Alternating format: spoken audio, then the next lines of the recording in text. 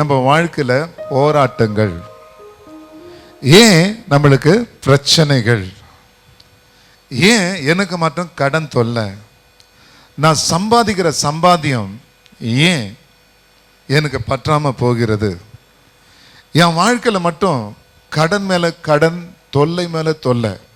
இதுக்கெல்லாம் என்ன காரணம்னா, உங்கள் சம்பாதியத்தை தான் நீங்கள் ஃபோக்கஸ் பண்ணுறீங்க, உங்களுடைய ஞானத்தை தான் நீங்கள் ஃபோக்கஸ் பண்ணுறீங்க. அப்போது நீங்கள் என்ன படிச்சிங்களோ, என்ன டேலண்ட்டோ, அந்த அளவு தான் நீங்கள் என்ன பண்ண முடியும், சம்பாதிக்க முடியும். ஆனால் ஆசை பெருசு. சொல்லுங்கள், ஆசை பெருசு, தேவையும் உங்களுக்கு நிறைய இருக்குது. அப்போது ஆசைக்கு ஏற்றபடி நீங்கள் ஏதாச்சும் பொருள் வாங்கும்போது உங்கள் வருமானம் குறையா இருக்குது. ஸோ இதுக்கு என்ன சொல்கிறாங்கன்னா, பற்றாக்குறை, இன்னும் சொல்லப்போனால் தரித்திரன்னு வாங்க. அப்போது ஒரு மனுஷன் செழிப்பாக இருக்கணும்னா, நல்லா இருக்கணும்னா, அவனுக்கு பின்னாடி என்ன இருக்கணும், ஆசீர்வாதம் இருக்கணும்.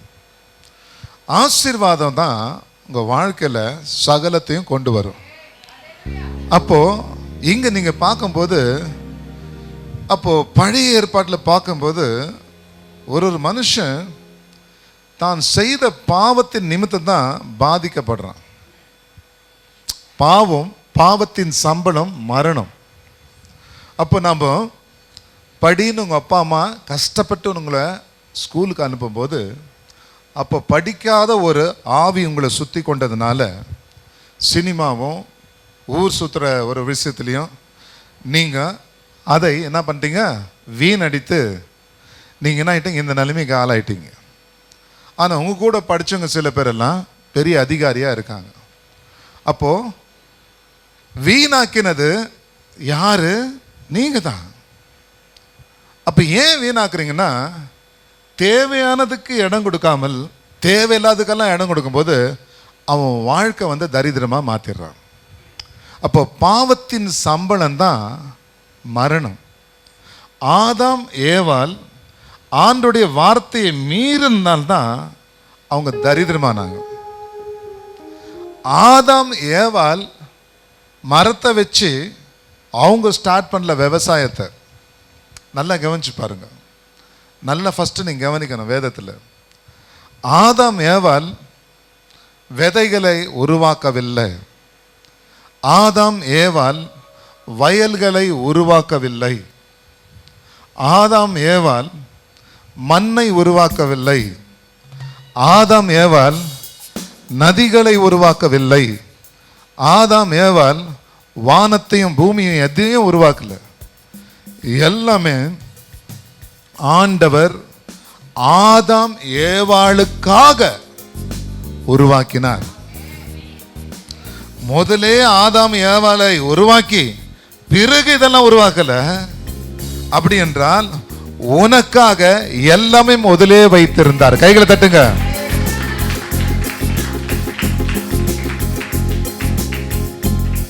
ஓ ஓ ஓ சொல்லுங்க.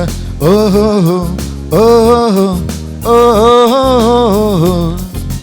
தந்தை என்னவா, என் தாய் என்னவா, அதை விட மேல் என்னவா, இசையா அதை விட மேல் என்னவா.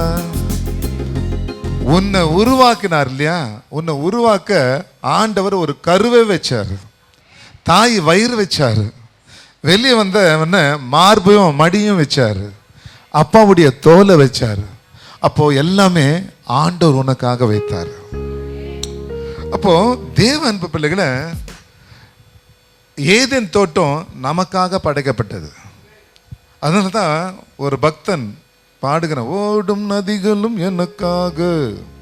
கரெக்டு தானே, எல்லாமே எனக்காக அப்படின்னா கரெக்ட், உங்களுக்காக தான். ஆனால் நீ ஆண்டருடைய பிள்ளையா இருக்கும்போது கண்டிப்பா ஆண்டருடைய ஆசீர்வாதம் உனக்கு. நீ ஆண்டவரை மறுக்கும் போது தான் அப்போ உனக்கு கஷ்டமெல்லாம் வரும். அப்போ தேவ அன்பு பிள்ளைகளை அப்போ பார்க்கலாம். இந்த பழைய ஏற்பாட்டில் பார்க்கும்போது கஷ்டங்கள், துன்பங்கள், துயரங்கள் எப்போ வந்தது?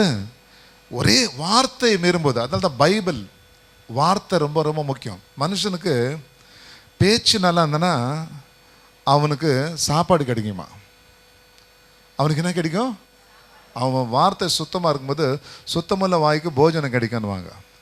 உங்கள் வார்த்தை சரியில்லைன்னா உங்களுக்கு வாழ்க்கையில் நீங்கள் எல்லாமே எழுந்துருவீங்க. அப்போது தேவ வசனத்தை நீங்கள் வீணடிக்கும் போது உங்கள் வாழ்க்கை ப்ராஸ்பர் ஆகாது. மற்றவனெல்லாம் நல்லா இருக்கானே, அதுதான் நீங்கள் பார்க்குறீங்க. அவன் நல்லா இருக்கிற மாதிரி தான் தெரியும். ஆனால் தூரத்தில் காண்கிற மலைகள்லாம் கிட்ட போய் பார்க்கும்போது கல் முள்ளு தான். அதே போல் நீங்கள் ஆண்டவருக்குள்ளே இருக்கும்போது உங்கள் வாழ்க்கை எப்படி இருக்குமா? சமாதானமாக, சந்தோஷமாக, ஐஸ்வர்யத்தால் நிரம்பி இருப்பாங்க. புரிஞ்சுங்களா? ஹல்லேலூயா. சரி, அப்போ தரித்திரத்தை நீக்க என்ன வழி? பாவத்தின் சம்பளம் மரணம். நாம் செய்த பாவத்துக்காக பழைய ஏற்பாட்டில் நீங்கள் பார்க்கும்போது நாம் பலியாக வேண்டிய இடத்துல ஒரு ஆடை வைத்து நம்ம என்ன பண்ணுறோம்? அது மேலே கையை வைச்சு, ஆண்டவரே நான் செய்த பாவத்துக்கு பிராயச்சித்தமாக இது பலி செய்கிறேன், என் மேலே அந்த கோபத்தெல்லாம் திணிக்காதீங்கன்னு சொல்லிட்டு அந்த ஆடை பலி கொடுத்த பிறகு நம் பாவத்தை செய்யக்கூடாது. நாம் என்ன செய்கிறோம்? அந்த ஆடு மேலே கை வச்சு பலி செலுத்தி அதை எடுத்து நல்லா சாப்பிட்டு மறுபடியும் என்ன பண்ணுறோம்? பாவம் செய்கிறோம். ஒரு ஆடுனால உன் பாவத்தை நீக்க முடியும் என்றால் யோசித்து பாருங்க. ஆனால் புதிய ஏற்பாட்டில் பார்க்கும்போது இயேசு உங்களுக்காக வந்து அவர் வார்த்தையை போதிச்ச பிறகு அவர் என்ன பண்றாரு? ஆடை பலி கொடுக்கல, என் பிள்ளைங்களுக்கு நானே பலியாகிறேன் என்று சொல்லி உங்க சாபத்தை அந்த சிலுவையில சம்பூர்ணமாக, உங்களுடைய சாபத்தையும் உங்களுடைய பிள்ளைகள் எதிர்காலத்தின் சாபத்தையும் சகலத்தையும் அவர் அந்த சிலுவையில முறியடித்தார். அப்ப அந்த தரித்திரம் அந்த சிலுவையில முறியடிக்கப்பட்டிருக்கிறது. அவரை விசுவாசிக்கும் போதுதான் தரித்திரம் நீங்கும், ஆசீர்வாதம் வரும். அவரை விசுவாசிக்கும் போது தான் தரித்திரம் நீங்கும், ஆசீர்வாதம் வரும். அவரை விசுவாசிக்கும் போது தான் தரித்திரம் நீங்கும், bless you, ஆசீர்வாதம் வரும், bless you. அவரை விசுவாசிக்கும் போது தான் தரித்திரம் நீங்கும், ஆசீர்வாதம் வரும். ஹல்லேலூயா. அவரை எவ்வளவுக்கு எவ்வளவு நீ விசுவாசிக்கிறாயோ நீ பலன் கொடுக்கிற ஒரு பிள்ளையாக மாறுகிறாய். ஹல்லேலூயா. அவர் விசுவாசிக்கும் போது பாருங்க, அப்பா வந்து எவ்வளவு சுமக்க முடியும் அவ்வளவுதான் சுமக்க முடியும். ஒன்னு தெரிஞ்சு உங்க அப்பாவை கூட அவர் தான் சுமந்து கொண்டிருக்காரு. அப்ப அவரை விசுவாசிக்கும் போது நீ என்ன சுமக்கிற? பாவத்தை இல்ல, ஆசீர்வாதத்தை சுமக்கிற. அவரை விசுவாசிக்கும் போது பாவத்தை அல்ல, உன் பாவத்தை அவர் சுமந்தா அவருடைய ஆசீர்வாதம் நீ சுமக்கிறாய். நீ இருளா இருக்கிறதுல நீ ஒளியாக மாறுகிறாய். காரணம், உனக்காக ஏன் இயேசு இந்த உலகத்துக்கு வந்து உன் பாவங்களையும் எல்லாருடைய பாவங்களையும் அவர் சுமந்து கொண்டார். பழைய ஏற்பாடுல பாருங்க, யூதர்களுக்கு மாத்திரமே அந்த ஆடை என்ன பண்றாங்க? பலி செலுத்தினாங்க. ஆனா புதிய ஏற்பாடுல பார்க்கும்போது இயேசுவின் மூலமாக ஆபிரகாமுடைய ஆசீர்வாதம் இயேசுவின் ரத்தத்தினால புறஜாதி மக்களா இருக்க உனக்கும் எனக்கும் அது வந்தது. ஹல்லேலூயா. பழைய ஏற்பாடுல ஆபிரகாம் மட்டும் தான் அந்த ஆசீர்வாதம், அவங்க சந்ததிக்கு தான் ஆசீர்வாதம். அந்த ஆசீர்வாதம் இயேசு உங்களுக்கு கொடுப்பதற்காக தான் பரலோகத்திலிருந்து வந்தார். ஆனா ஆசீர்வாதம் ரொம்ப முக்கியம். சொல்லுங்க, கப்புல முக்கியம், ஆசீர்வாதம் முக்கியம். சொல்லுங்க ஹல்லேலூயா. சொல்லுங்க, பக்கத்துல இருக்கிற பாத்துங்க சொல்லுங்க ஹல்லேலூயா. மைக்கேல், ஆசீர்வாதம் ரொம்ப முக்கியம். ஹல்லேலூயா. கப்புன்னா பணம் கொடுத்தா வாங்கிக்கலாம். God bless you. ஹல்லேலூயா. ஆசீர்வாதம் ரொம்ப முக்கியம். கரெக்டா? ஹல்லேலூயா. பணம் இருந்துச்சு வச்சுங்க, எது வேணாலும் நம்ம சாதிக்க முடியும். அந்த பணத்தை நீங்க நேசிக்காதனால தான் பிசாசு என்ன பண்றான்? அதை வச்சு அவன் தவறான வழியில அவங்களை கொண்டு போறான். நல்லவங்கிட்ட ஆட்சி கொடுத்தா அந்த ஆட்சி எப்படி இருக்கும்?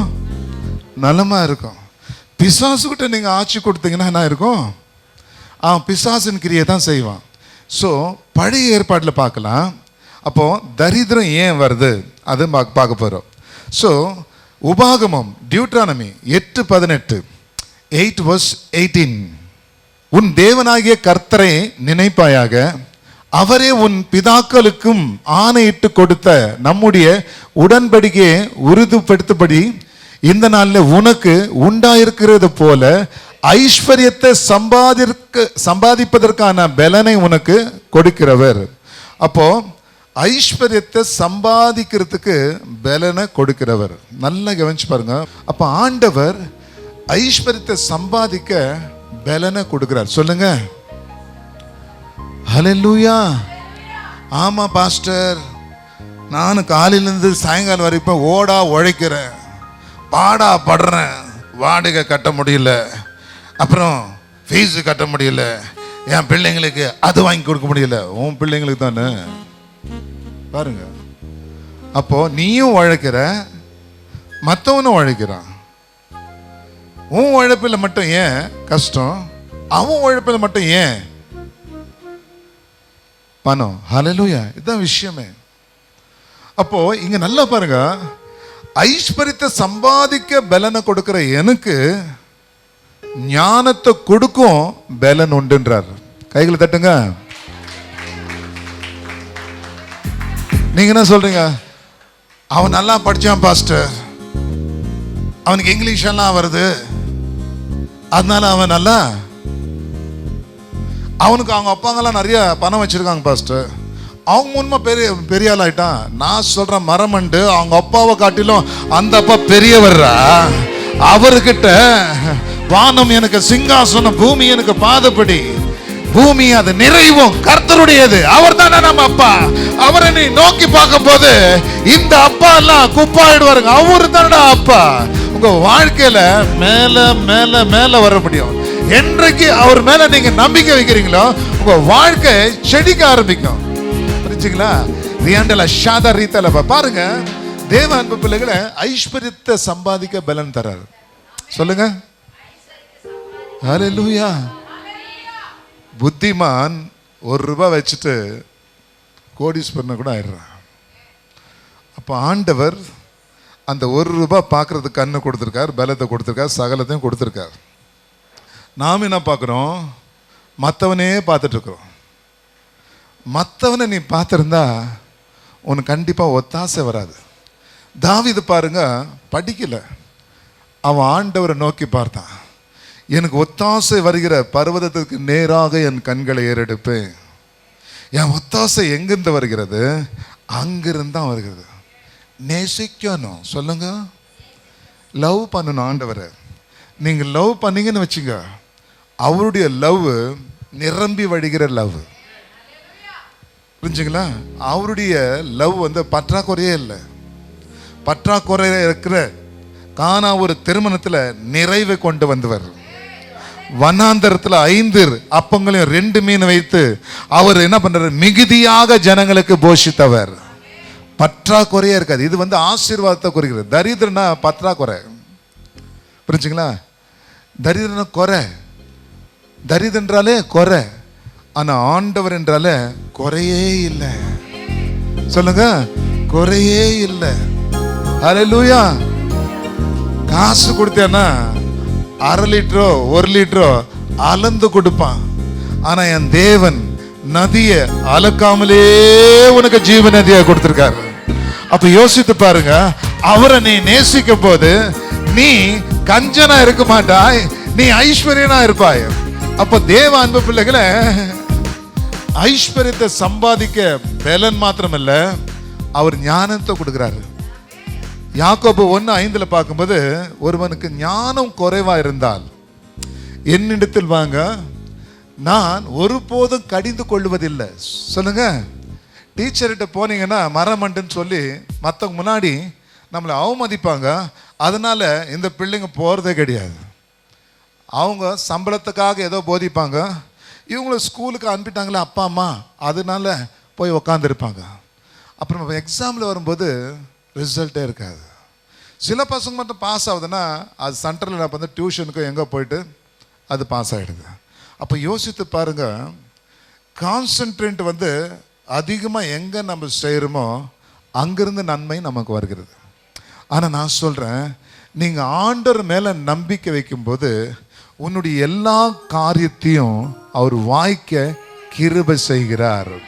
அப்போ உன் தரித்திரம் நீங்கணும்னா ஃபர்ஸ்ட் பாயிண்ட் நான் சொல்கிறேன், நீ ஆண்டவரை நோக்கி பார்க்கணும். ஆண்டவரே, இந்த நாள் எவ்வளோ தான் ஞானியாக இருந்தாலும், எவ்வளோ தான் பலனாக இருந்தாலும், நீங்கள் ஆசீர்வாதத்தை தான் நான் உயிரோடு இருக்க முடியும். தகப்பனே, இந்த நாள் நீங்கள் கொடுத்தது, எந்த ஒரு மனுஷனையும் இந்த நாள் கொடுக்கல, எந்த ஒரு கொம்பனும் இந்த நாளை எனக்கு கொடுக்கல. இந்த நாள் நீங்க கொடுத்தீங்க, இந்த சுவாசத்தை நீங்க கொடுத்தீங்க, இந்த காற்றை நீங்க கொடுத்தீங்க, இந்த சூரியனை நீங்க கொடுத்தீங்க, இந்த தண்ணீரை நீங்க கொடுத்தீங்க, சகலத்தையும் கொடுத்த நீங்க ராஜா. ஐஸ்வர்யத்தை சம்பாதிக்கவும் எனக்கு ஞானத்தையும் பலத்தையும் கொடுப்பீர் ராஜா. நீ வசனம் சொல்லுகிற தகப்பனே, நான் சம்பாதிக்கிறேன், எனக்குள்ள தரித்திரம் இருக்க கூடாதுன்னு சொல்லி ஆண்டவரை நீ நோக்கி பார்க்கும் போது நீ தரித்திரனா இருக்க முடியாது. நீ பிரகாசிக்கிற ஒரு பிள்ளையாக மாறுகிறாய். ஹல்லேலூயா. ஓ ஓ ஓ சொல்லுங்க. ஓ ஓ ஓ தந்தை என்னவா, என் தாய் என்னவா, அதை விட மேல் என்னவா, இசையா அதை விட மேல் என்னவா. bless you.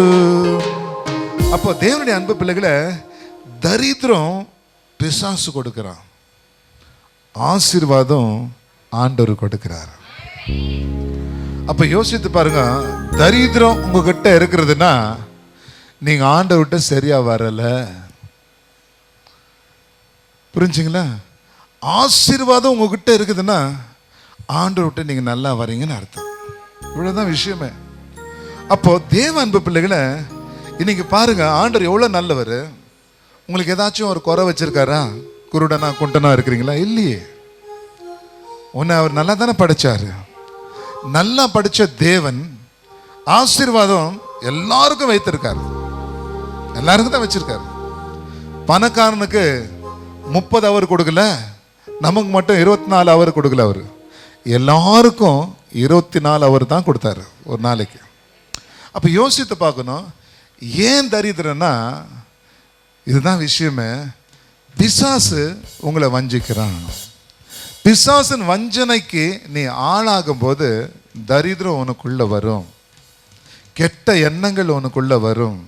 நிறைய பேர் என்ன சொல்றாங்க, அப்பா நம்மளுக்கு பணம்லாம் இருக்கக்கூடாதுரா, நம்மளுக்கு பொண்ணு தங்கம்லாம் இருக்கக்கூடாதுரா, வரும்போது என்ன நாம் ஏதாவது கொண்டு வந்தோமா, போகும்போது ஏதாவது நம்ம கொண்டு போகிறோமா? சரிப்பா, வரும்போதும் எதுவும் கொண்டு வரல, போகும்போதும் எதுவும் கொண்டு போகல, ஆனால் இருக்கும்போது வேணுமே. அதுக்கு தான் பேர் ஆசீர்வாதம். அது இல்லைன்னா அதுக்கு பேர் தான் தரித்திரம். இதை புரிஞ்சுக்கணும்.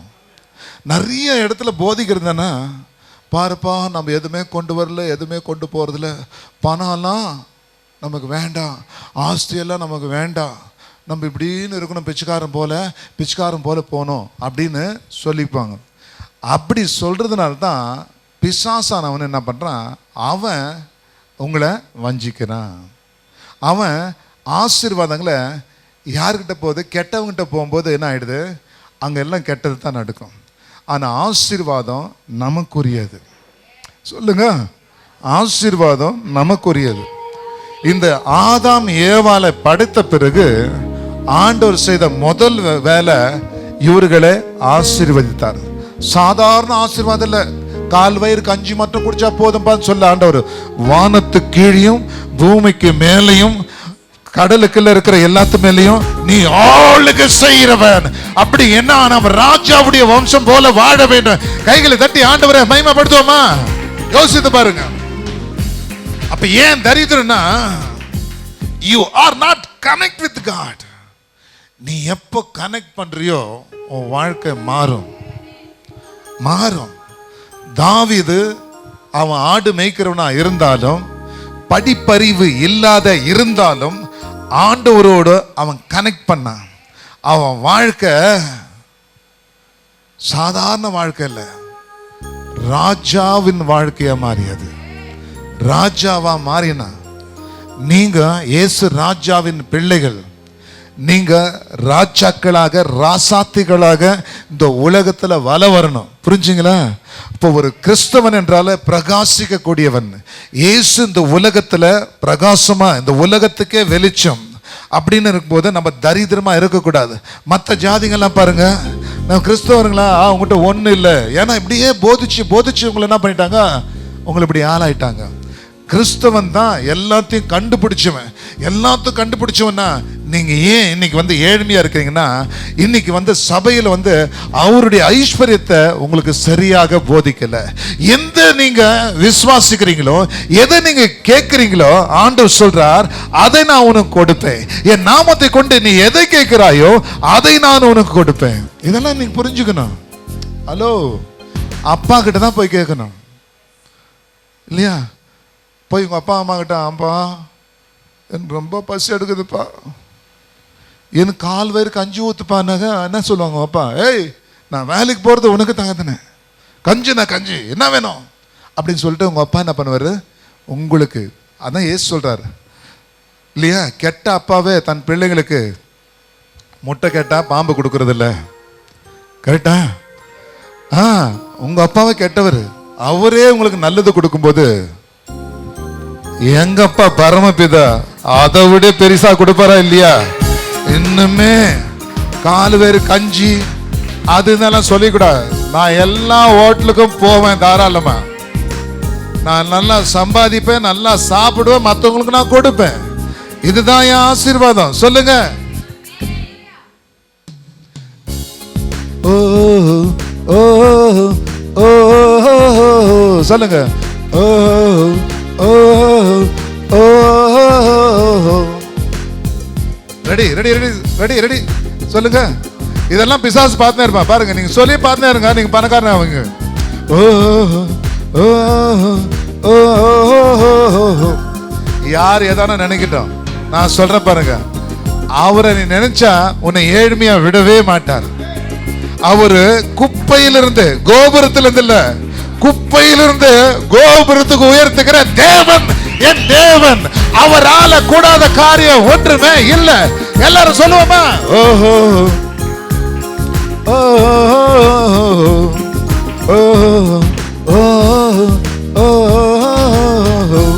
ஓகே. அப்போ தேவ அன்பு பிள்ளைகளை, தரித்திரத்தை தான் அவன் கொடுக்கிறான். எங்க தரித்திரத்தை உருவாக்குனா, ஆண்டவர் ஆசீர்வாதத்தை பூமியில உருவாக்குனார். ஏதேன்ல தொடங்கி ஆசீர்வாதம் பாருங்க, வானத்து கீழே பூமிக்கு மேலனா, பூமியில எல்லாம் மனுஷனுக்கு தான் ஆசீர்வாதம். ஆனா அந்த ஆசீர்வாதத்தை ஏமாத்திட்டு என்ன பண்ணிட்டா பிசாசு, இந்த ஆதாம் ஏவாளை வஞ்சித்துட்டு சாப்பிடக்கூடாத கனியை புசிக்க வைத்ததுனால அவங்க என்ன ஆயிட்டாங்க சொல்லுங்க? என்ன ஆயிட்டாங்க?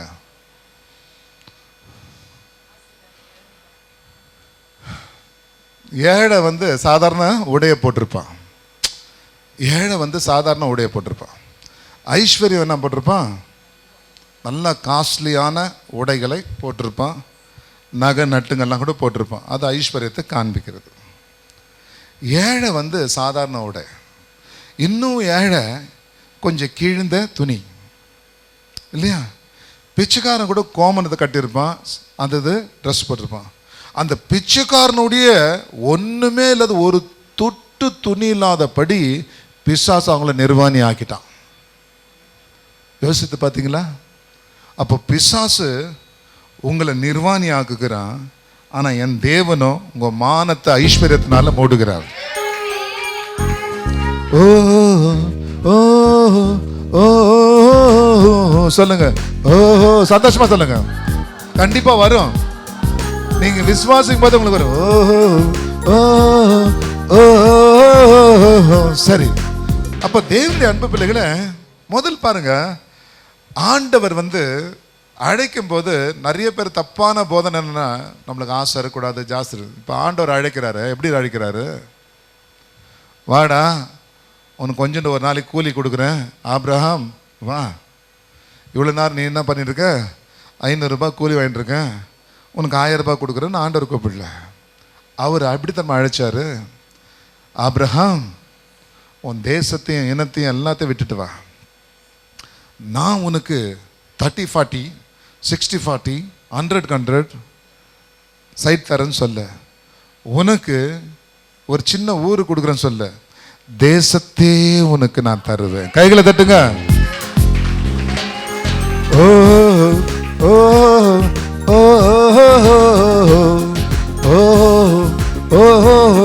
ஓ. அதனால்தான் ஆண்டவர் வீட்டுக்கு மட்டும் தெய்வம் கிடையாது, ஊருக்கு மட்டும் தெய்வம் கிடையாது, உலகத்துக்கே தெய்வம்.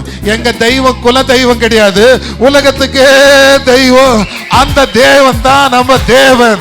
நம்ம தேவன் பெரியவர். அவர் வரும்போது உங்க வாழ்க்கையில தரித்திரம் இருக்காது, ஆசீர்வாதம் தான் நிரம்பும். ஆமென் சொல்லுங்க, ஆமென் சொல்லுங்க. ஆசீர்வாதத்தை நீங்க பேசுனீங்கன்னா ஆசீர்வாதம் வரும். தரித்திரத்தை பேசினா தரித்திரம் வரும். ஜூன்னு சொன்னா நாய்த்தான் வரும். ஹல்லேலூயா. பணத்தை விசிறடிச்சனா ஊரே உன் பின்னாடி வரும். நீ ஆண்டவரை நீ தேடும் போது உன் வாழ்க்கை ராஜாவாக மாறும். மனுஷனை நீ தேடும் போது உன் வாழ்க்கையில கூஜாவாக நீ மாறிடுவாய். புரிஞ்சுங்களா? ஆண்டவரை தேடும் போது ராஜாவாக நீ மாறுற. ஹல்லேலூயா. பாருங்க, ஆதியாகமம் 15ஆம் அதிகாரம் 18ஆம் வசனம். Praise the Lord. முதல்ல ஆண்டவர் என்ன பண்றாரு, அழைச்ச பிறகு ஒரு அக்ரிமெண்ட் போடுறாரு. அந்த அக்ரிமெண்ட் மனுஷன் மறக்கலாம், ஆனா ஆண்டவர் மறக்கிறது இல்லை.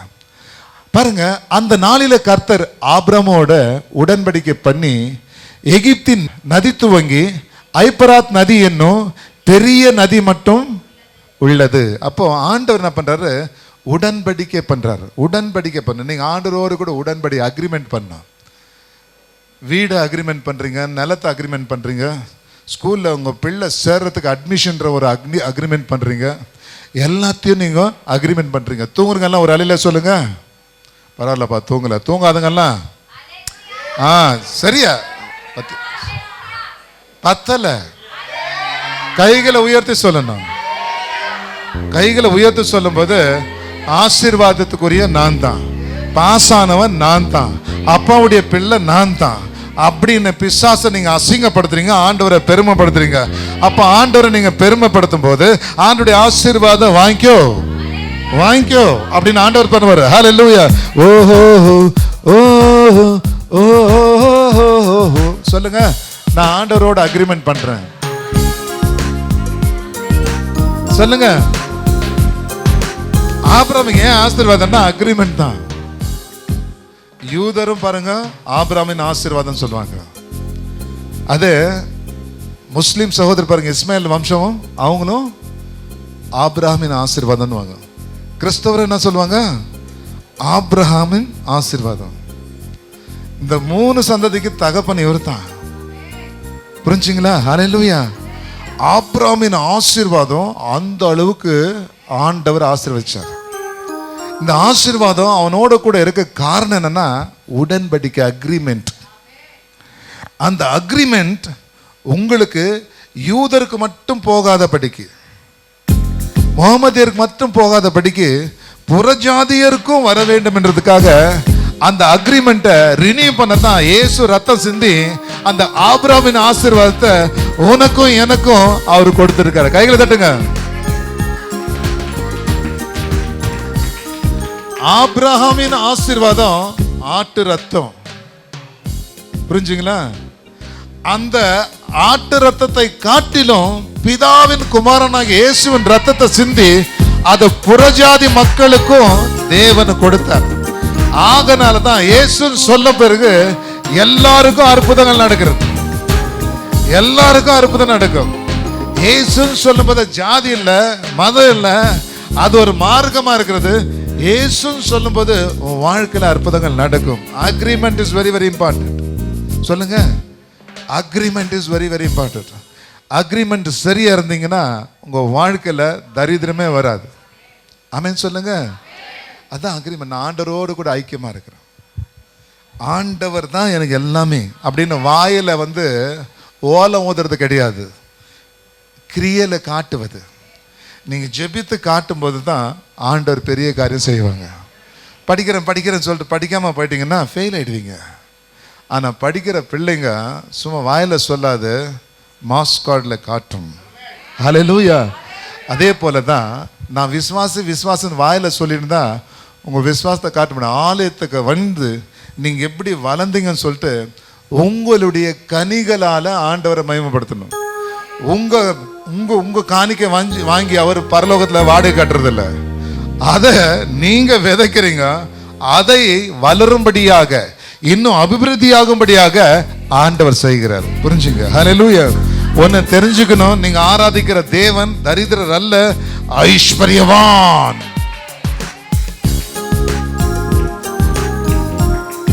ஒரு ஆள் சொல்லுவோமா? அப்போ அக்ரிமெண்ட் பண்ண உடனே ஆபிரகாம் என்ன ஆயிட்டான் பாருங்க. 13ஆம் அதிகாரம் 2ஆம் வசனம், ஆதியாகமம் 13:2. Genesis chapter 13 verse 2. ஆபிரகாம் மிருக ஜீவன்களும் வெள்ளியும் பொன்னுமான ஆஸ்தி உள்ளவுடைய சீமானா இருந்தான்.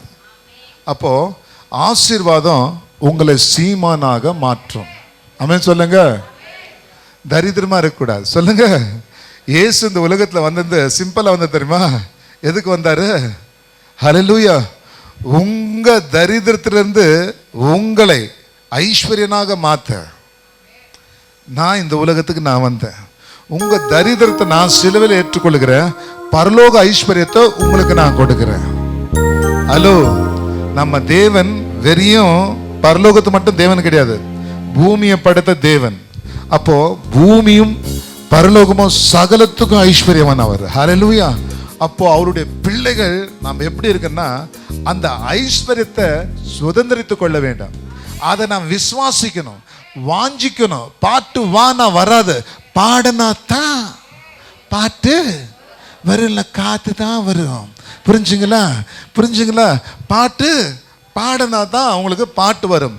அதே போல தான் ஆண்டவரை நீங்க விசுவாசிக்கும் போது இல்லைங்களா, ஆண்டவருக்காக நீங்க யாழ நீங்க மீட்டும் போது எப்படி தாவீது ஒரு ராஜாவாக மாறினானோ, எப்படி ஒரு எஸ்தர் ஒரு ராஜாத்தியாக மாறினாலோ, உங்களையும் தேவன் பெரிய சாதாரண மனுஷனாக மாத்துறதில்ல, பெரிய ராஜாக்களாக ராணிகளாக என் தேவன் மாத்த வல்லவராக இருக்கிறார். ஒரு அல்ல சொல்லுங்க. அப்போ சாதாரண ஆபிரகாம் சீமான் சொல்லுங்க. அதே போல நீ இயேசு விட்டு வரும்போது எந்த வியாதியே போதுன்னா பணம் வராதா? வரும் சொல்லுங்க. வரும் வந்தே வரும். புரிஞ்சுங்களா? வந்தே வரும். ஹல்லேலூயா. எனக்கு எதுவும் ஆசை இல்லையா, கால் வயிறு கஞ்சி கிடைச்சா போதும், நீ பிச்சைக்காரன். ஆண்டவர் விரும்புறதே கிடையாது. ஊறுகாய் இருந்தா போதும் ஐயா. நீ ஊறுகாய் சாப்பிட்டாலும் சரி, கஞ்சி சாப்பிட்டா அரண்மனையில் உட்காந்து தங்க பாத்திரத்தில் சாப்பிடு. ஹலோ, நீ ராஜா வீட்டு பிள்ளை. சொல்லுங்க, டிக்ளேர் பண்ணுங்க. நீங்க ஏன் பணக்காரன் ஆவறதில்லை? புரிஞ்ச? கிறிஸ்தவனா இப்படியே தலை வலிங்கின போய் தலையா வரக்கூடாது, அப்படியே வரக்கூடாது. ஹல்லேலூயா. நீங்க ஆள பிறந்தவர்கள். ஆமென் சொல்லுங்க.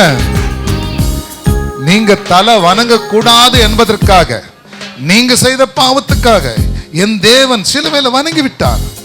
ஆகவே இன்னும் நீங்க வணங்கிக்கிட்டு இருந்தா அது வெக்கம், அது ஆண்டவருக்கு நீங்க செய்யற துரோகம். தலை நிமிர்ந்து நடக்கணும். சொல்லுங்க. கரெக்ட் தானுங்க?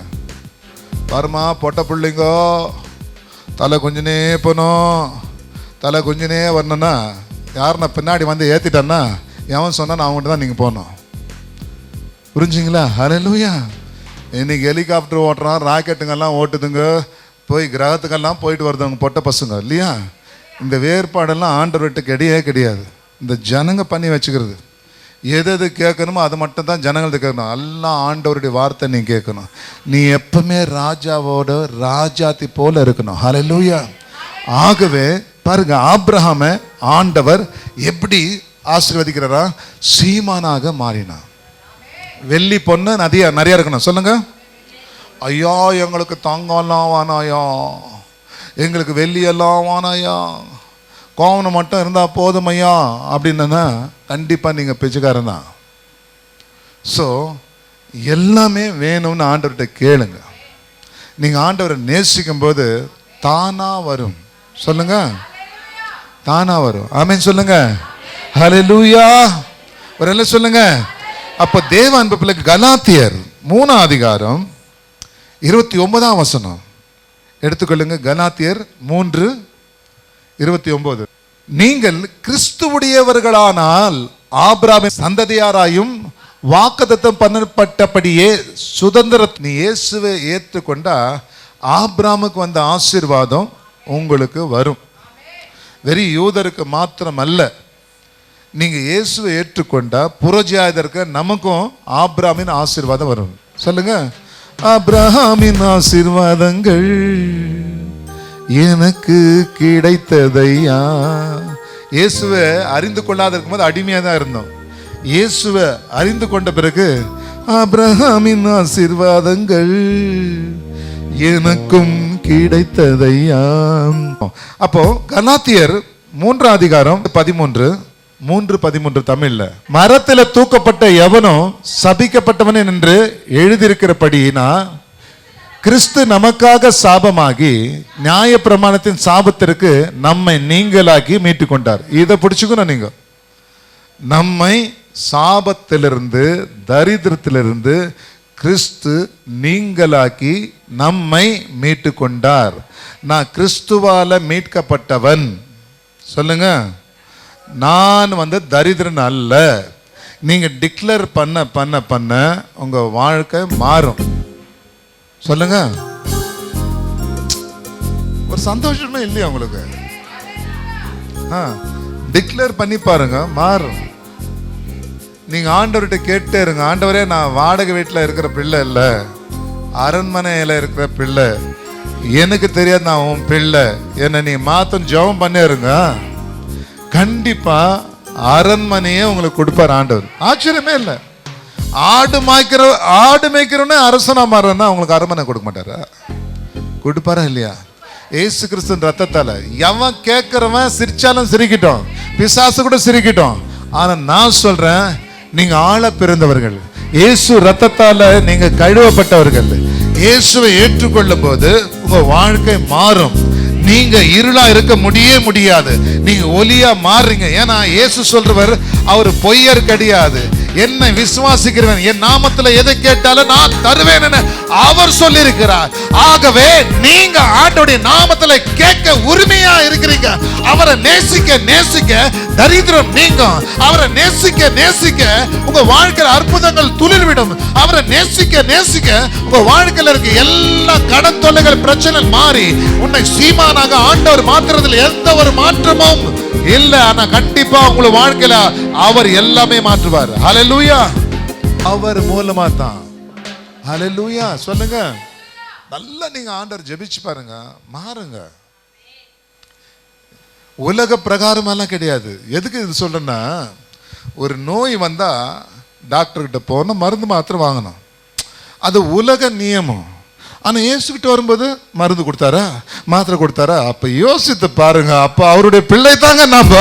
ஆசீர்வாதம் அப்படிதான் வரும். கைகளை தட்டுங்க. ஆசீர்வாதம் அப்படிதான் வரும் விசுவாசிக்கும் போது. ஒரு நோயே மருந்து இல்லாமல் போகுதுன்னா நான் விசுவாசிக்கும் போது ஆசீர்வாதம் அதற்கு மேலாக வரும். அதுதான் விசுவாசம். நீ விசுவாசிக்கும் போது உன் வாழ்க்கை மாறும். ஒரு ஆண்டு மேய்க்கிறவனே அரசனா மாறும் போது நீயும் நானும் இயேசு கிறிஸ்துவால ரத்தத்தால கழுவப்பட்டவர் நாம மாற மாட்டோமா? நாம் மாறுவோம். God bless you. Hallelujah. நீ மாறுவாய். நீ ராஜாக்களோட ராணிகளை போல நீ மாற முடியும்.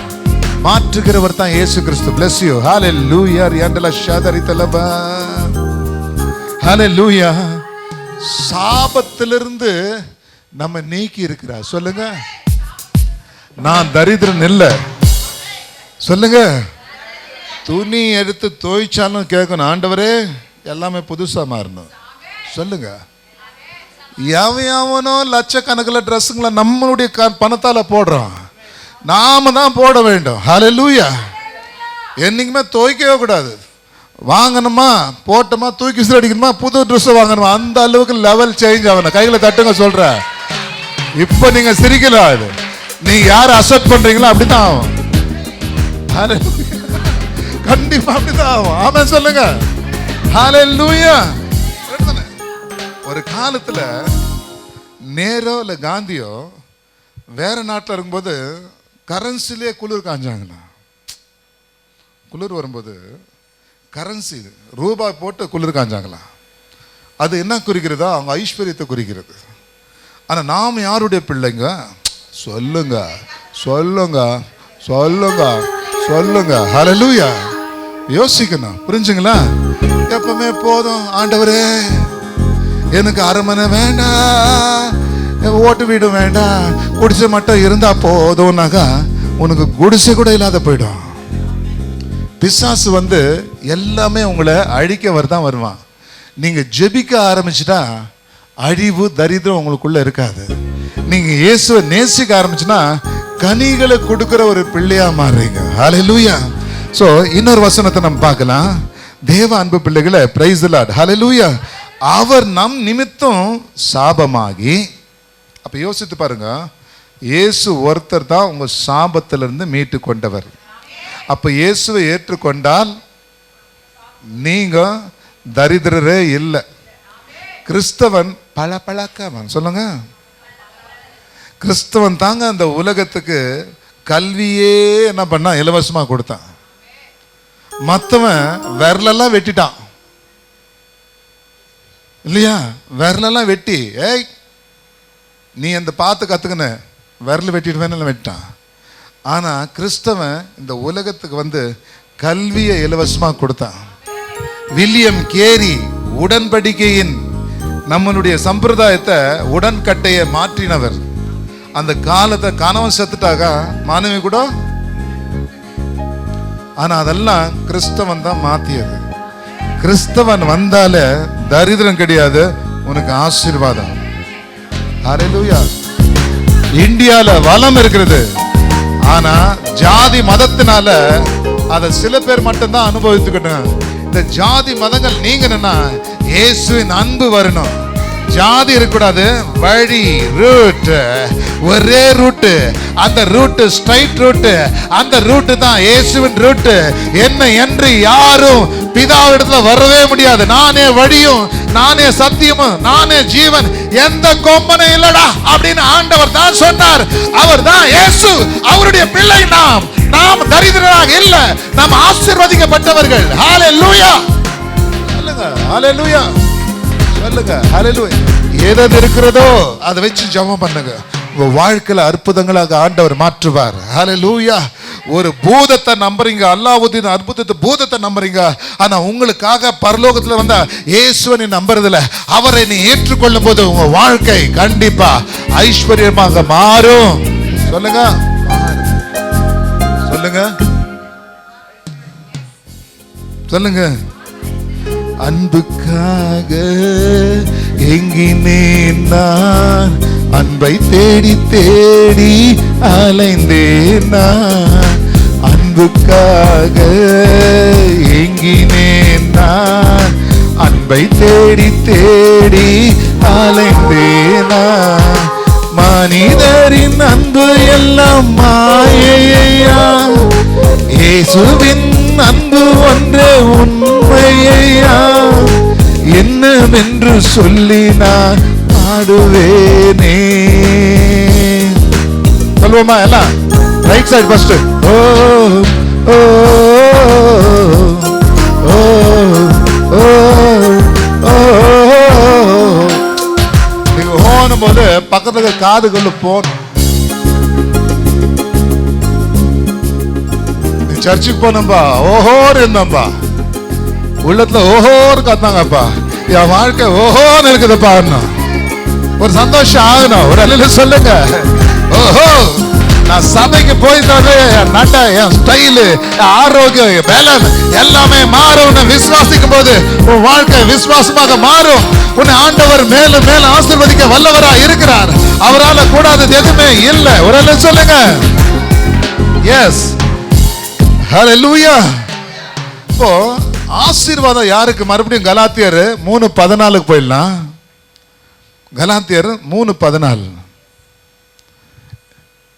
ஆபிரகாமுக்கு உண்டான ஆசீர்வாதம் கிறிஸ்து இயேசுவினால் புறஜாதிகளுக்கும் வரும்படியாக. அப்போ பாருங்க, பழைய ஏற்பாடுல வெறும் ஆபிரகாமுக்கு தான் அவன் சீமானா இருந்தான். ஆனா அந்த ஆசீர்வாதம் 10 ஒட்டகம் நிரம்பி பொண்ணை கேட்க போறான். இப்போ வரங்க, பொண்ணுக்கு என்ன கொடுக்குற, வரதட்சணை என்ன கொடுக்குறான்னு எப்படி இருக்கு? தரித்திரம் பிசாசு போட்டிருக்கான். ஆண்டவருடைய நியமத்தை மாற்றி இருக்கிறான். சொல்லுங்க, யார் யார் புள்ள பெற்ற வச்சிருக்கீங்களோ நீங்க என்ன பண்ணணும் சொல்றீங்களா? பாருங்க, சொல்லணும். புள்ள பெற்றச்சுக்கு நீங்க பென்ஸ் கார்லயோ எந்த நல்ல ஒரு காரில் போயிட்டு உன் பொண்ணை எங்களுக்கு கொடுங்க, கல்யாணத்துக்கெல்லாம் கவலைப்படாதீங்க, நாங்களே கல்யாணம் பண்ணுறோம், பொண்ணை மட்டும் அவ்வளோ கஷ்டப்பட்டு வளர்த்துருக்க பொண்ணை மட்டும் எங்கள் வீட்டுக்கு குத்து விளக்க நீங்கள் அனுப்பிச்சு விட்டா நாங்கள் என்ன பண்ணுறோம், நாங்கள் வச்சுக்கிறோம் அப்படின்றபடியாக வரணும். எப்போ அப்படி வருதோ அப்போதான் நீ உண்மையான ஐஸ்வர்யவான். ஒரு சொல்லுங்க, என் பையனுக்கு நான் அப்படிதான் நான் சொல்லுவேன்பா. ஹல்லேலூயா இல்லையா? ஸோ நீங்க கொடுக்கும்போது நீங்க ஐஸ்வர்யனாக மாறுறீங்க. சொல்லுங்க, போய் ரேஷன் கார்டில் போய் சக்கரை வாங்கினாலும் பைசா கொடுத்துட்டு வர்றீங்க, கொடுத்துட்டு வரீங்களா இல்லையா? செருப்பு வாங்கினாலும் பைசா கொடுத்துட்டு வர்றீங்க இல்லையா? தொடப்பு வாங்கினாலும் பைசா கொடுத்துட்டு வரீங்க. ஆனால் பொண்ணு வாங்கினா மட்டும் ஏன் நீங்கள் பைசா கேட்குறீங்க? தொடப்பத்துடைய செருப்புடைய அவங்க கேவலமா? யோசித்து பாருங்க கொஞ்சம். உங்கள் வம்சமே வளருதுன்னா அதுக்கு எவ்வளோ கொடுக்கணும்? இது தாங்க விஷயமே. ஒரு சீமான் மாறணுங்க, மாற்றுங்க. நான் எதை வாங்கலப்பா, நான் கொடுத்து வாங்கின்னு வந்தேன் அப்படின்னு நீ சொல்கிறப்போ உன் மீசை மேலே நிமிரும். ஹல்லேலூயா. கேட்குறவன் காதெல்லாம் குளிரும். ஹல்லேலூயா. உன் மனசு மலரும். ஹல்லேலூயா. ஸோ இந்த மாதிரி ஒரு யுகத்தை நாம் உருவாக்கணும். சொல்லுங்க ஹல்லேலூயா. போங்கடா மிராக்கல் ஏசியா சபைக்கு, அங்கே போய் கத்துங்கடா. நீங்கள் கொடுத்துட்டு வாங்கிட்டு வந்தீங்களா? தொடப்பத்தையே காசு கொடுத்து வாங்குறோம், செருப்பே காசு கொடுத்து வாங்குறோம், பொண்ணை வாங்குறோம், குத்துவலுக்கு வம்சத்தை வளர்க்குற பொண்ணு, அதுக்கு நான் எவ்வளோ கொடுக்கணும் யோசித்து பாருங்க. ஹல்லேலூயா. கரெக்ட் தானே? அந்த ரிவலேஷன் உங்களுக்கு வரும்போது உங்க வாழ்க்கை மாறும். ஹல்லேலூயா. சொல்லுங்க, ஒரு ஆமேன் ஹல்லேலூயா சொல்றீங்களா? பாரு, இதெல்லாம் ஆகுமா? இதெல்லாம் ஆகுமானா உள்ள பிசாசு வச்சிருந்தா ஆகாது. ஆகும். மாத்தலாம், மாத்துவோம், நாங்க மாத்துறோம், எங்களுக்குள்ள இருக்கிற தேவன் பெரியவர் அப்படின்னு நீங்க சொல்லும் போது அது மாறும். மாறும். சொல்லுங்க, எல்லாம் நீங்க டிக்ளேர் பண்ணும்போது உங்களுக்கு ஆகும். ஆமா சொல்லுங்க. சொல்லுங்க, நகை கடி இருக்க நகை இல்ல, கனிக்குள்ள இருக்க நகை எல்லாம் எனக்கு.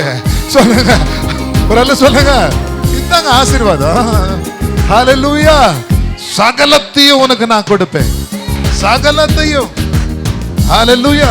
நீ ஆசீர்வதிக்கப்பட்டவர். ஆசீர்வாதம் இருந்தா தான் ஆசீர்வாதம் பண்ண முடியும். இன்னும் ஒரு வசனம் சொல்லி அடுத்த வாரம் கண்டினியூ பண்றேன். பாருங்க, ஹல்லேலூயா. ஆசீர்வாதம் சாபமா ஆசீர்வாதமா? பணம் சாபமா ஆசீர்வாதமா? பணம் ஆசை எல்லாம் இருக்கக்கூடாது. பைபிளில் இருக்குது ஒரு இடத்துல, அதுக்கு நான் அடுத்த வாரம் விவரிக்கிறேன். சில பேர் சொல்ல உங்க பாரு பிரதர் இப்படி போட்டுக்குதுன்னா அதுக்கு நான் சொல்றேன். புரிஞ்சுங்களா? ஹல்லேலூயா. புரிஞ்சுங்களா? இப்போ பணம் ஆசீர்வாதமா சாபமா? மகன் பணம் சொல்ல நம்மளுக்கு கொடுக்கூடாது. நான் இப்போ கேட்டது ஐஸ்வர்யம் ஆசீர்வாதமா சாபமா?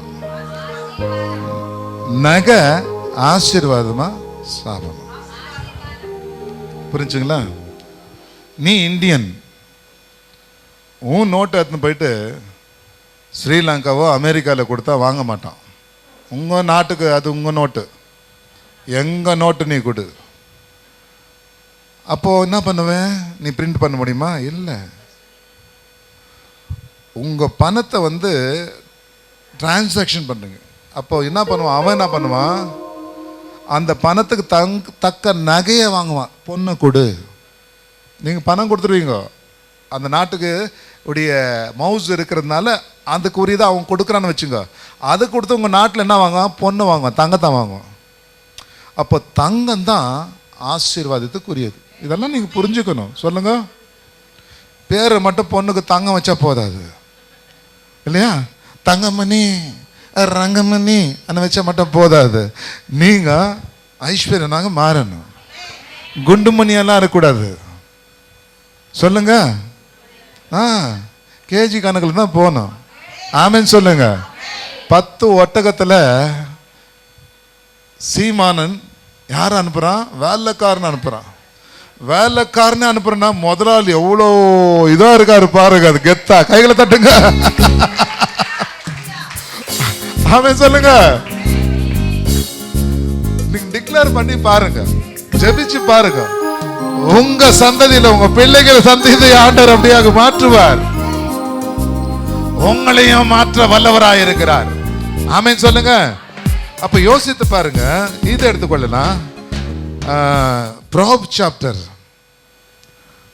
chapter 10 verse 22. அதாவது நீதிமொழிகள் 10:22. கர்த்தரின் ஆசீர்வாதமே ஐஸ்வர்யத்தை தரும், அதோட கூட அவர் வேதனையை கூட்டார். அப்போ இங்க ஆசீர்வாதம் ஐஸ்வர்யத்தை தரும், சந்தோஷத்தை வர வைக்கும், வேதனை வராது. அது கர்த்தர்கிட்ட இருந்து வருது. பிசாசு கிட்ட இருந்து வர்றது என்ன பண்ணுவான், வேதனை தரும். பிசாசு என்ன பண்ணுவான், அழகான பொண்ணை என்ன பண்ணுவான், அவங்க அப்பங்கிட்ட ஒரு குடி ஊற்றிட்டு வயசானுக்கு கேட்பான். அப்போ குடி அவனுக்கு போதை தரும் அவங்க அப்பனுக்கு. ஆனால் அந்த பொண்ணுக்கு இந்த கிழவனை பார்த்த வேதனை தரும். புரிஞ்சுங்களா? பிசாசின் ஆசீர்வாதம் அது. ஆனால் ஆண்டவருடைய ஆசீர்வாதம் ஐஸ்வர்யத்தை தரும். சொல்லுங்க, வேதனையே இருக்காது. No BP, no tension. அப்போ ஆசீர்வாதம் ஐஸ்வர்யத்தை தரும். ஆசீர்வாதம் சாபம் கிடையாது. நீ நல்லா பணம் கிணெல்லாம் வச்சிருந்தேன்னா, ஆஸ்தி பாஸ்தி வச்சுன்னா, உன்னை பார்த்து எல்லாரும் உனக்கு கனத்தை தான் கொடுப்பாங்க. ஏன்னா நீ ஆசீர்வதிக்கப்பட்டவன். அதே கிழிஞ்சு போன துணியை நீங்க போட்டுன்னு போனீங்கன்னா இல்லையா, யாரும் ஒருத்தரை கூட வீட்டில் உன்னை சேர்க்க மாட்டாங்க. இன்னும் நல்லா கிழிஞ்சு போன துணி போட்டணும், நாய் கூட கல்லியில் சேர்க்காது. நாய் கூட என்ன பண்ணும், வா வா வான்னு உன்னை கொலைக்க வரும். ஸோ இது தரித்திரத்தை குறிக்கிறது. ஸோ ஆசீர்வாதம் நமக்கு தான். சொல்லுங்க, உனக்காக எல்லாம் இந்த உலகத்தில் ஆண்டவர் வச்ச எல்லாம் நல்லதெல்லாம் உனக்காக, எல்லாம் உனக்காக. பார்த்தீங்களா, நான் சொன்ன பழசு போயிட்டீங்க. ஹல்லேலூயா. என்னுடைய விசுவாசம், என்னுடைய உடல் உயிரெல்லாம் ஆண்டவருக்காக அப்படின்னு நீங்க சொல்லும் போது, நீ பாட்டா தாண்டா பாடுற, நான் நிரூபித்து விட்டேன்டா, உயிரே உனக்கு கொடுத்து விட்டு நீ சந்தோஷமா இருன்னு சொல்றாரு. ஒரு அல்ல சொல்லுங்க. அப்போ நம்ம கொடுக்கிற ஒரு பிள்ளையாக மாறணும். எல்லாரும் எழுந்திருக்கலாம். அப்போ ஐஸ்வர்யம் ஆசீர்வாதம். சொல்லுங்க. அப்ப அந்த ஐஸ்வர்யத்தை நல்லா தெரிஞ்சுங்க. ஆண்டவர்கிட்ட விதைக்கும் போது உங்க ஐஸ்வர்யத்தை பார்த்துட்டு இன்னும் ஐஸ்வர்யனாக மாற்றுகிறார். நல்லா கவனிச்சுங்க. காணிக்கைன்றது விதை. 5000 விதை போட்டீங்கன்னா 5000 கனி உங்களுக்கு கொடுக்கும். புரிஞ்சுங்களா? எதை நீங்க விதைக்கிறீங்களோ அது நீங்க அறுப்பீங்க. ஹல்லேலூயா. நீங்க உங்க சொந்தத்துல தங்கத்தை போடும்போது அவனும் என்ன பண்ணணும், தங்கத்தை போட்டு தான் ஆகணும். ஆனா ஆண்டவர் அப்படி இல்லை, 100 மடங்கு கொடுக்குறாராம். அப்போ இந்த நேரம் மட்டும் நீங்க அலர்ட்டா இருக்கணும். பிசாசு உங்களுக்கு எடுக்கும்போது சின்னதாக தான் காமிக்குவான். ஆண்டவர் சொல்லுவார், உயிரே நான் கொடுத்தனேன் அப்படின்னு சொல்லுவார். ஹல்லேலூயா. உன்னை ஆசீர்வதிக்கணும்னா நீ நல்லா எனக்கு கொடுன்னு இல்லை, நீ வாங்கி வச்சுனா நான் இது பண்ண, உன்னை நான் ஆசீர்வதிக்கணும்னா நீ கொடுத்துப்பாரு, அது உனக்கே நான் கொடுப்பேன். ஐயோ, உங்கள் துட்டெல்லாம் வச்சு அவர் அங்கே பரலோகத்தெல்லாம் அங்கெல்லாம் நம்ம வீடோ கட்டுறதோ இல்லையா, வாடகை கட்டுறதெல்லாம் இல்லை. ஹல்லேலூயா. நீ கொடுக்கும்போது உன்னை ஆண்டவர் ஐஸ்வர்யனாக மாற்றுகிறார். நீ ஐஸ்வர்யனாக ஆண்டவர் விசுவாசிச்சன்றது ஒரு விசுவாசம் தான் ஐஸ்வர்யவான். அதனால சர்ச்சுக்கும் ஆகட்டும் எங்கே போனாலும் நல்ல இருக்கிற துணி மணிகள்லாம் போட்டு சந்தோஷமாக போங்க இல்லையா. உலகத்தான் சொல்லலாம், டக்கு நாளைக்கு போயிட்டா யார் சார் எது போக முடியும் அப்படின்றான். உலகத்தானே அப்படி சொல்லும்போது ஆண்டவர் இருக்காரு, நீங்கள் போக மாட்டீங்க, போடுங்க, வந்துட்டே இருக்கும். சொல்லுங்க வந்துட்டே இருக்கும். ஓகே, சும்மா வீட்டில் போட்ட ஒரு நைட்டியை போட்டு அடுத்த கிறிஸ்மஸ் தான் கழட்டக்கூடாது. ஸோ எப்பவுமே ஜம்மனு நல்லா சந்தோஷமாக இருங்க, ஐஸ்வர்யனாக இருங்க, ஆண்டவர் உங்களை ஆசீர்வதிப்பார். ஸோ ஓவர் வாட்சிங் online, God bless you. This is the time to sowing. Over going to sowing, we are going to welcome you because God going to bless you. God going to give the reward about your offering. Okay. So உன்னுடைய காணிக்கையை ஆண்டவர் கண்டிப்பாக கனப்படுத்தி உன்னை ஆசீர்வதிக்கிறார். So நம்ம போயிடுவோமா? ஓஹோ.